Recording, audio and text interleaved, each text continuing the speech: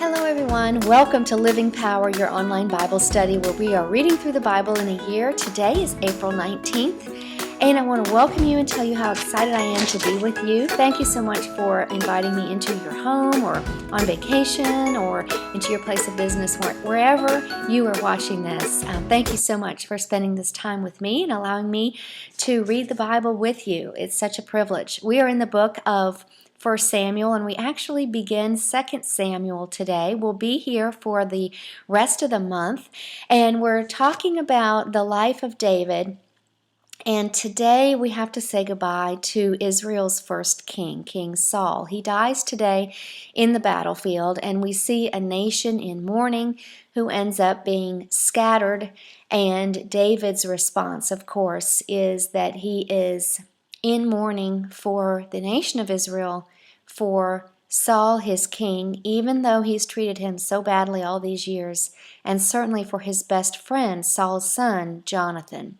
He died in battle too. So let's begin today, and we'll kind of see exactly what's happening, and we'll relive this battle on the battlefield today. Now, David came home. It took him 3 days, it says, to come home. And do you remember in your reading what he found when he got home? He discovered his wives were gone. All of his belongings were gone. Evidently, some other party had come in and raided and had taken away all their women and children, and no one had been killed, but the men were gone, and there was no one there to protect them. 600 men went with him. 200 stayed behind. They were just too tired. They couldn't go all the way, but 400 did proceed with him. And they were successful in getting their families and their properties back.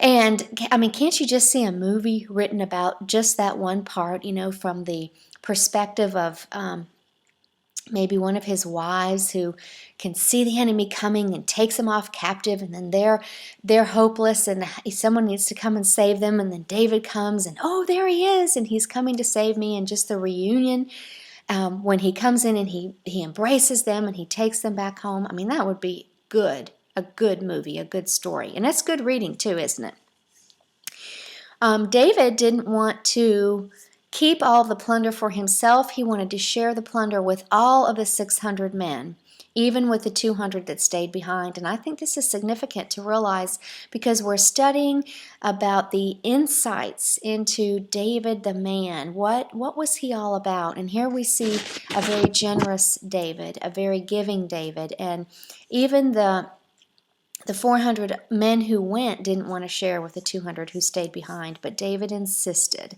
So that's interesting. We see his generosity, his ability to share. He has a very giving spirit. The text also says that he shared the plunder with towns that they had visited. So he always made sure that anyone he came in contact with or anyone that helped him or housed him, he was very careful to share what he had with them, not only when he was there, but even after he left. He remembered them and continued to bless them. That is a sure sign of generosity. It says he sends presents regularly to elders of various cities in the south. He is a cultivator of relationships. And he does it consistently and really without needing anything from them in return. It says when he learned of Saul's death, how did he respond? Now, this is the man who has hunted him down for 12 to 15 years, who has made him live in exile, who has threatened his life more than once, who has caused him deep fear and despair. How would you respond when you heard that this person was dead? David tore his clothes in sorrow, mourned and wept and fasted all day for Saul. You think, well, he just did that for his best friend Jonathan, but the text says he did it for Saul and Jonathan and Israel and the army. He was truly sorrowful that this had happened. Now, we also need to see today that more men are deflecting from Saul's camp. They had been doing this before he died. So this wasn't something that just happened after he died. They had been coming to him for some time. In 1 Chronicles 12:22, this is an amazing insight into what is happening. It says, day after day, more men are joining David's army until he had a great army, like an army of God. That is a lot of people. If you think about it, it says that, like an army of God. Now, that is thrones and thrones and thrones of people. That's a lot of people. It doesn't say how many, thousands, but we have to assume thousands upon thousands. Men from all tribes, that's significant too, in large number are coming. David is growing in favor with all of Israel, and we have to know that God is working behind the scenes to give David this favor, to cause this change of heart in so many of the men. Plus, they're probably observing how David is growing in stature. He's about 30 years old at this point, and they are defecting to him. Meanwhile, on Mount Gilboa, the battle ensues. The Philistines have risen up against the Israelites, and it is a major battle. Saul and the Philistines are fighting. Jonathan, the son, David's best friend, is in the battle. It's happening at the plains of Jezreel, and this is the same place that Gideon defeated the Midianites. Remember when he took the 300 with him back in Judges verse 7. So it's the same place. Do you remember how Saul died? It says he fell on his sword. It was suicide. The Israelites retreated. They left their homes empty. They're like, we got to get out of here. The Philistines have won. They've killed our king. They've killed many of our men. And the Philistines took over and inhabited their homes. This was another reason why David was mourning. What happened to Saul's body? Well, the Philistines cut off his head, put it in the temple of Dagon, which is the Philistine god. They put his armor on display at this temple, hung his body on the wall of a town, without a head, you have to assume.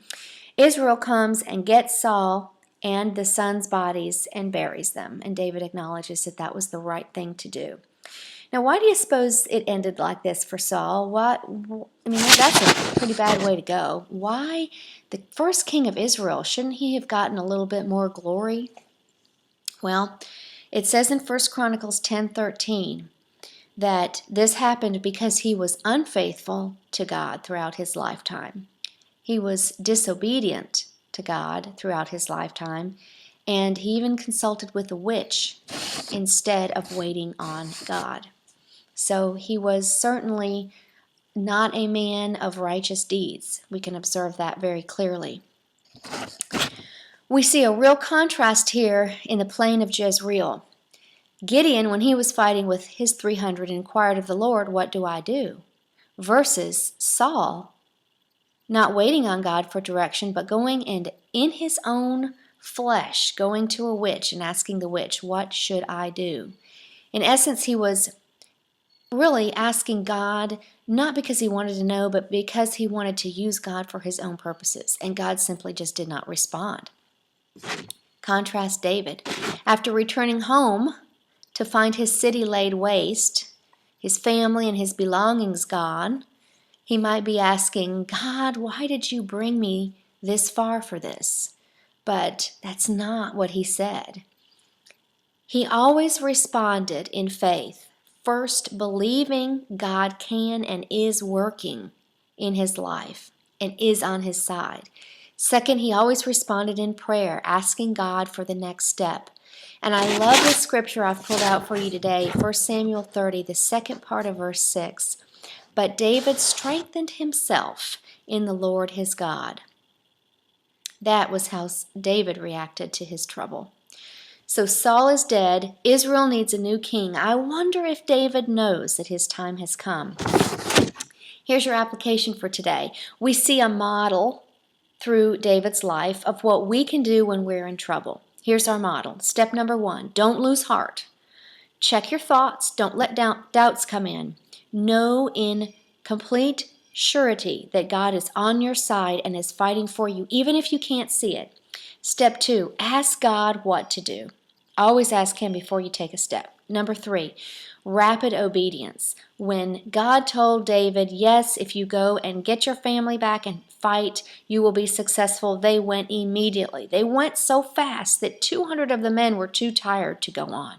Rapid obedience. When the Lord tells you to do something, He has equipped you to do it, and you must do it without waiting. Step 4, after it's over, David sends presents from the spoil to others. He shares out of his blessing. After your trial and tribulation is over, and that time will come, like David, can you share some of your prosperity with others, just out of a grateful and thankful heart? Step 5, and this is the most amazing thing to me. Step 5 must be that we bless our enemies. Reread the song in today's text where David wrote, and see how kindly he wrote of Saul after he died. He wrote this song to Saul and Jonathan for them, and he says he made all the people memorize it and sing it. And it was so touching, and he spoke so kindly of Saul, this man that had drove him crazy all these years and had pursued him to kill him. This is how David blesses his enemies. It doesn't appear that he harbored any anger toward him in his heart, for he loved the Lord's anointed. So ask God for an opportunity to bless someone that has hurt you today. Sounds incredibly difficult, doesn't it? But the Holy Spirit, if you ask Him, will give you the grace to do it. Well, I hope you've enjoyed this lesson today. I know it has been my pleasure to be with you. Shalom, everybody. Until tomorrow.